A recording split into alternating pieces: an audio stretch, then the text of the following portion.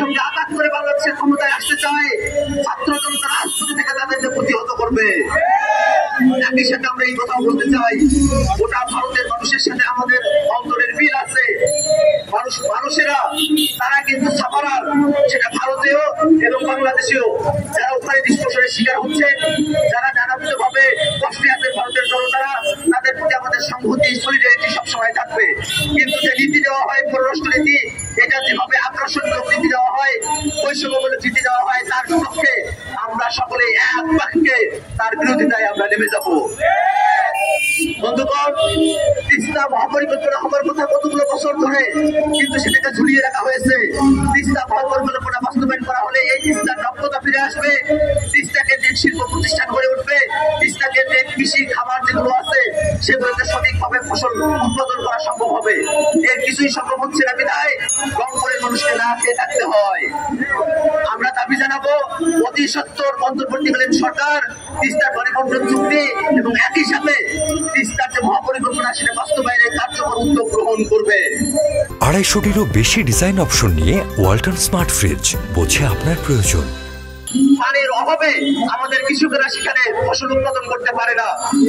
আবার যখন কিছুটা ফসল তারা উৎপাদন করে, হঠাৎ করে বাঁধ খুলে দিয়ে সেই ফসলগুলোকে পানির নিচে তলিয়ে দেওয়া হয়।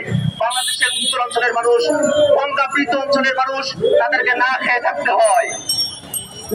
আপনারা জেনে থাকবেন আন্তর্জাতিক হেলসিঙ্কি প্রটোকল আছে, ইউনাইটেড নেশনসের প্রটোকল আছে, যার ভিতর দিয়ে অভিন্ন যে নদীগুলো আছে আন্তর্জাতিক নদী, সেই নদীগুলোর পানি বর্ষণের চুক্তি হবে এবং সেটা সবাইকে মেনে চলতে হবে।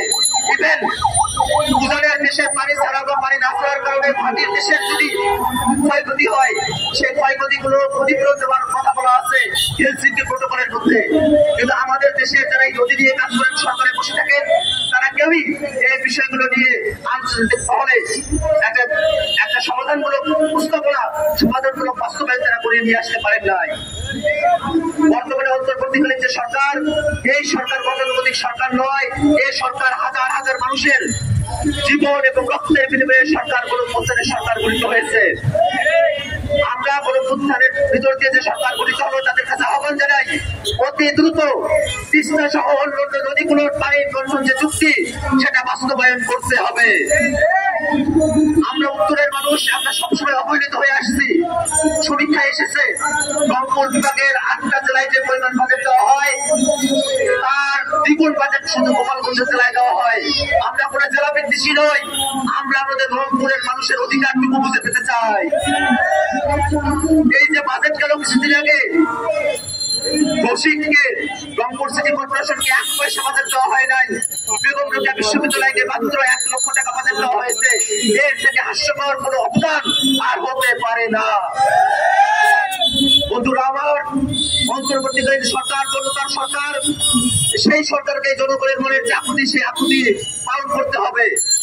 দিল্লির সাথে আমাদের বক্তব্য হবে চোখে চোখ রেখে আমরা কোন নতজানি অবস্থায় দিল্লির সঙ্গে বসতে পারি না। দেশ বিদেশের সর্বশেষ সংবাদ সবার আগে জানতে ক্লিক করুন risingbeauty.com। প্রতি মুহূর্তের খবর অনলাইনে। 250টিরও বেশি ডিজাইন অপশন নিয়ে ওয়ালটন স্মার্ট ফ্রিজ, বোঝে আপনার প্রয়োজন।